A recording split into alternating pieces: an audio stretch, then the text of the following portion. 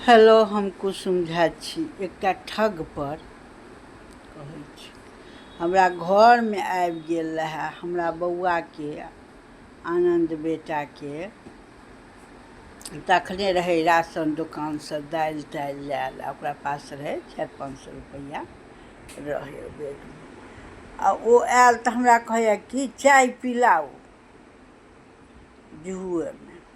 सच्ची घटना कहि रहल छी।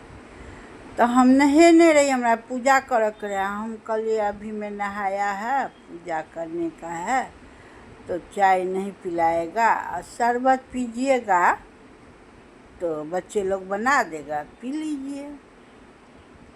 तो घर में आऊँ, चारू बच्चा रहा हमारो, बोले आइए।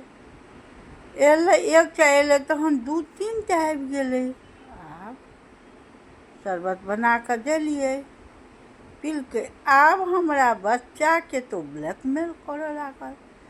अब गीता पे हाथ रखी, गीता निकालक। गीता पे हाथ रखी, आपको पास पैसा है, आप झूठ मत बोलिए, ऐसे कीजिए, ऐसे। हम बोले ऐसे क्यों बोलते हैं? हम अभी पूजा कर रहे हैं, हम भगवान को मानते हैं, हम ब्राह्मण हैं। ऐसे क्यों मेरे बच्चे को करते हैं ब्लैकमेल कर? नहीं, ब्लैकमेल नहीं। तो 25 रुपया आप दीजिए। तो हम 25 रुपया देंगे। अब ऐसे करो, ऐसे दो, ये करो। आप तक ना ब्लैक में अंदर से हमरा गीता पे हाथ रखो। बोले वो बच्चा लोग है, गीता पे भागवत, इतना छोटा बच्चा हम लोग का गीता पे हाथ रखो, खराब समझता है।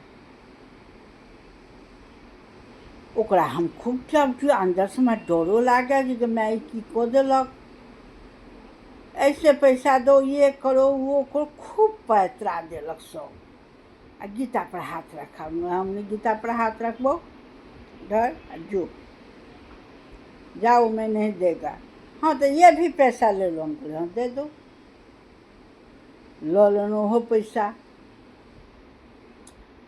खूब पैतरा दे वाला। हम कहले कि हम लोग ब्राह्मण हैं, हम लोग मिट्टी का भगवान समझते हैं, पत्थर का भगवान समझते हैं।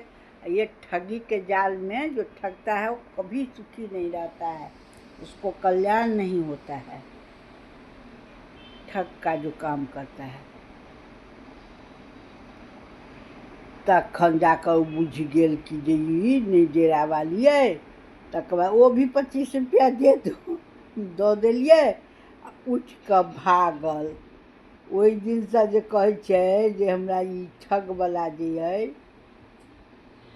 ठगने अइ एगो दूगो भगवान, कहै छनि ठगि कऽ तू नहि हमर ओ जगहमे धऽ दइहऽ। ठगि कऽ लऽ गेल। एहन फसानमे हमरा घरमे आबि कऽ बैसि गेल रहए ठग। ओहि दिनसँ जे हमरा डर भऽ गेलै जे गोर लगै छी।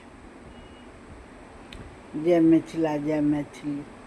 ठग आदमी एकटा हमरा बाजुएवला कहिना कऽ कऽ मंत्र सब पढ़ि देलकै आ सबटा ठकि कऽ लऽ गेलै।